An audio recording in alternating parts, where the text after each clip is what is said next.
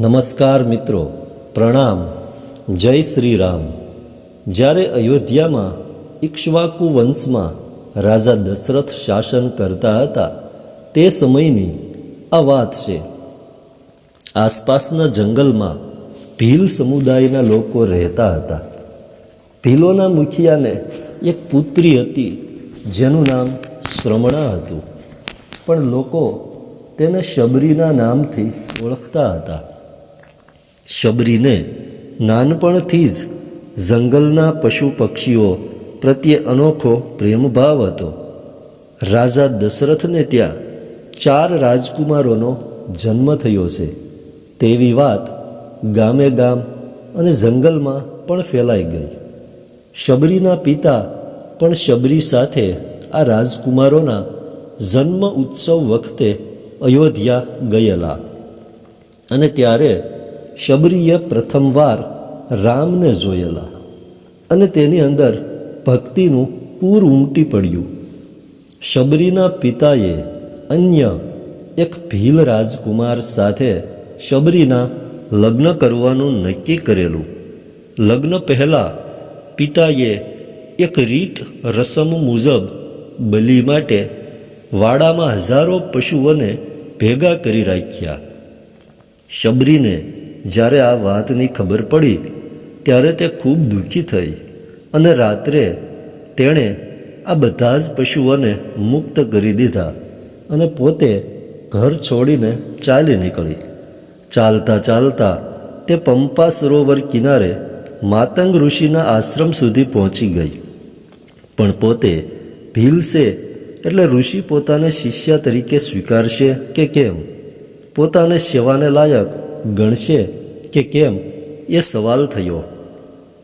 આથી તેણે આશ્રમથી થોડે દૂર પોતાની એક ઝૂંપડી બનાવીને ભજન ભક્તિમાં મસ્ત થઈને રહેવા લાગી।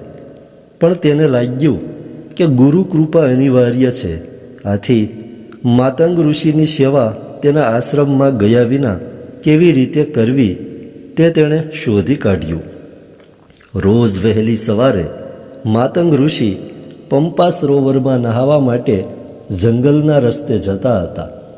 આથી શબરી વહેલી ઉઠીને એ આખો રસ્તો વાળીને રાખતી જેથી ઋષિને કાંટા કાંકરા ન વાગે, અને વહેલી સવારે બળતણ, ફળ, ફૂલ, કંદમૂળ વીણીને આશ્રમ બહાર છુપી રીતે મૂકી આવતી।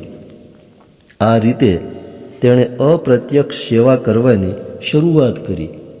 માતંગ ઋષિને ખૂબ આશ્ચર્ય થયું કે રોજ સવારે આ જાત જાતની વસ્તુઓ આશ્રમ બહાર કોણ મૂકી જાય છે। આથી તેણે 2-4 શિષ્યોને આખી રાત પહેરો ભરવા કહ્યું।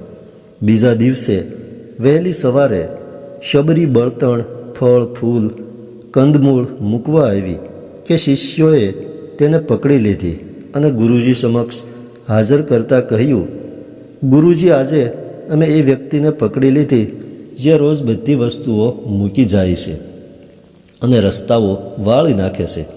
આ જ ભીલડી રોજ આ કામ કરે છે। આ સાંભળીને માતંગ ઋષિએ શબરીને પૂછ્યું, બાઈ, તું કોણ છે અને રોજે રોજ આ વસ્તુઓ શા માટે મૂકી જાય છે અને પંપા સરોવર સુધીનો રસ્તો શા માટે વાળે છે? ડરેલી શબરીએ કંપતા સ્વરે પ્રણામ કરતાં કહ્યું, હે પ્રભુ, મારું નામ શબરી છે। હું ભીલ સમુદાયની છું। અહીં જંગલમાં એક ઝૂંપડી બાંધીને રહું છું। આપ જેવા મહાન તપસ્વી ઋષિના દર્શનથી પોતાને પવિત્ર કરું છું, પણ કહેવાતા નીચા કુળના કારણે આપની સેવા કરવાનો કદાચ મને અધિકાર નથી। આથી આ રીતે છુપી રીતે આપની સેવા કરીને તૃપ્ત થાવ છું, પણ મને માફ કરશો, હું આપની સેવાને લાયક નથી।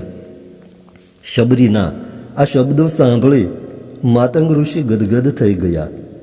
તેણે શબરીમાં રહેલા આત્મતત્વને ઓળખી લીધું અને શિષ્યોને કહ્યું, અરે રે, આ તો મહા ભાગ્યશાળી છે। આને આશ્રમની એક ઝૂંપડીમાં રહેવા દો અને તેમના ખાવા પીવાની પણ વ્યવસ્થા કરો। ત્યારથી શબરી ઋષિની કૃપાથી આશ્રમમાં રહેવા લાગી અને ભક્તિભાવમાં તપસ્વીની જેવું જીવન જીવવા લાગી। પણ શબરી જેવી ભીલ સ્ત્રીનું આ રીતે આશ્રમમાં રહેવું અન્ય કેટલાય ઋષિઓને ન ગમ્યું. આથી તેઓએ માતંગ ઋષિને ફરિયાદ કરી, પણ માતંગ ઋષિએ તેના પર ધ્યાન જ ન આપ્યું. માતંગ ઋષિ માટે જાતિ કરતાં ભક્તિનું મહત્ત્વ વધારે હતું. આથી અન્ય ઋષિઓ માતંગ ઋષિઓનો આશ્રમ છોડીને પંપા સરોવર આસપાસ અન્ય જગ્યા પર રહેવા જતા રહ્યા.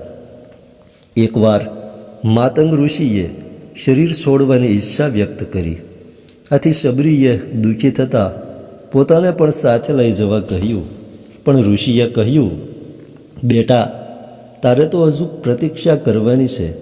તારું ભાગ્ય હજુ પલટાવાનું છે. સાક્ષાત નારાયણ ભગવાન શ્રી રામ આ રસ્તે ચાલીને તારી ઝૂંપડીએ આવશે. જોજે, એક ક્ષણ ન ગુમાવીશ. તેનો આતિથ્ય સત્કાર કરજે અને તારું જીવન ધન્ય બનાવજે. બસ એ દિવસથી શબરીએ ભગવાન રામની પ્રતીક્ષામાં જ હર ક્ષણ વિતાવવાનું શરૂ કર્યું. બસ રામ નામ સિવાય બીજી કોઈ વાત નહીં. રોજ સવારે ઉઠીને રામ માટે ફળ, ફૂલ, કંદમૂળ લઈને રાખતી. આજે રામ આવશે, કાલે રામ આવશે, એ પ્રતીક્ષામાં દિવસો વિતાવવા લાગી. સવારે વિચારે કે આજે સાંજે રામ જરૂર આવશે, અને સાંજ થઈ જાય તો વિચારે કે કાલે સવારે રામ આવશે. દિવસે દિવસે શબરીની રામ દર્શનની લાલસા પ્રબળ થતી ગઈ. કોઈનો થોડો બોલવાનો અવાજ સંભળાય કે કોઈના પગની આહટ સંભળાય કે તરત ઝૂંપડીની બહાર આવી જતી કે મારા રામ તો નથી આવ્યા ને. આહા, કેવો ઇંતજાર, કેવું ધૈર્ય! આ રસ્તેથી રામ આવશે એટલે એના પગમાં કાંટા કંકર ન લાગે એટલે રોજ એ રસ્તો વાળીને રાખતી. ઝૂંપડી રોજ સજાવીને રાખતી. ફૂલોની માળા ગૂંથી રાખતી. હંમેશા રામના આતિથ્ય માટે તૈયાર જ રહેતી. ક્યારેક ઝાડને તો ક્યારે પશુ પક્ષીને પૂછતી કે રામ સાંજે આવશે કે સવારે. અખંડ ધીરજ સાથે રામની પ્રતીક્ષાએ ભક્તિની પરાકાષ્ઠા હતી. એ જ સાધના હતી, અખંડ રામમય.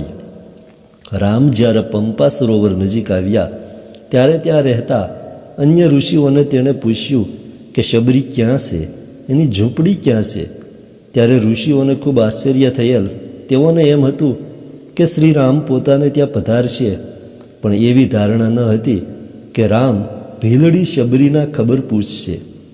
જ્યારે શ્રી રામે તે ઋષિઓને સૌ શબરીની ઝૂંપડી વિશે પૂછ્યું ત્યારે બધાનું અભિમાન ઓગળી ગયું.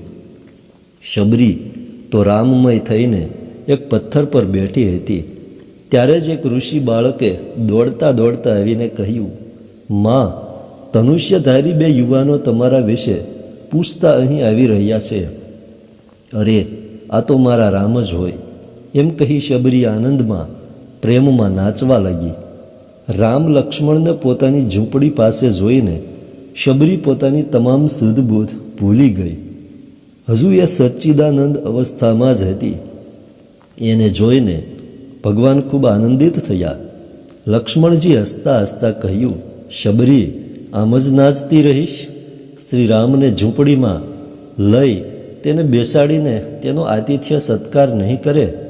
ત્યારે શેખ શબરી સચેત થઈ અને ભગવાનને પોતાની ઝૂંપડી પર લઈ ગઈ અને રામના પગમાં ઝૂકી ગઈ. આંખોમાંથી દળ દળ આંસુઓ વહેવા લાગ્યા. ઘણું બોલવું હતું પણ ખાસ કંઈ બોલી ના શકાયું. ગળું પ્રેમથી રૂંધાઈ ગયું ને એટલું જ બોલી શકી, હે નાથ, તમે આવી ગયા. મારી પ્રતીક્ષાનો અંત આવ્યો. મારા પર અનુગ્રહ કર્યો.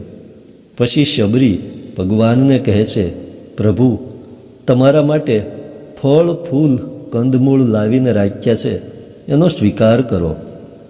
ભગવાને ઈશારામાં માથું હકારમાં હલાવ્યું. પછી શબરીએ બોરની ટોપલી ઉઠાવીને ભગવાનને બોર આપવા લાગી. ત્યાં જ થયું કે અરે રે, જો આ બોર ખાટા કે તુરા હશે તો? ભગવાનને તો મીઠા બોર જ અપાય, એટલે એક એક બોર ચાખતી જાય છે ને મીઠા મીઠા બોર ભગવાનને આપતી જાય છે. લક્ષ્મણજી આ જોઈને આશ્ચર્યચકિત થઈ ગયા. તેણે શ્રી રામને કહ્યું કે પ્રભુ, શબરી તો તમને એઠા ચાખેલા બોર ખવડાવે છે. ત્યારે રામ કહે છે, લક્ષ્મણ, આ એઠા બોર ખાવા જ હું આવ્યો છું. આ તો પ્રેમથી નીતરતા વર્ષોના ઇંતજારમાં પાકેલા રસામૃત બોર છે. શબરીના એક એક બોર પર એને હું એક લોક આપી દઉં. પછી રામ અને શબરી વચ્ચે એક આધ્યાત્મિક સંવાદ થાય છે અને ભગવાન તેને નવધા ભક્તિનું જ્ઞાન આપે છે. અને અંતે કહે છે, શબરી, તું કંઈક માંગ. ત્યારે શબરી કહે છે, પ્રભુ, આપના દર્શનથી જ મારો જન્મ સફળ થઈ ગયો. હવે બીજું કંઈ માંગવાનું રહેતું નથી. હું તો એ જ ચાહું છું કે આપમાં મારી ભક્તિ સદા બની રહે. ભગવાને કહ્યું, તથાસ્તુ. અને પછી શબરીએ પોતાનો પાર્થિવ દેહ ત્યાગ કરવાની ભગવાન પાસે આજ્ઞા માંગી. અને ભગવાન તથા બધા ઋષિઓ સામે જ શબરીએ યોગ બળે સ્થૂળ દેહ છોડી દીધો. ધન્ય છે શબરી, ધન્ય છે તેની રામ માટેની ઝંખના અને પ્રતીક્ષા. રામા રામા રટતે રટતે બીતી રે ઉમરિયા, રઘુકુલ નંદન કબ આવોગે ભીલની કી ડગરિયા. ધન્યવાદ. જય શ્રી રામ.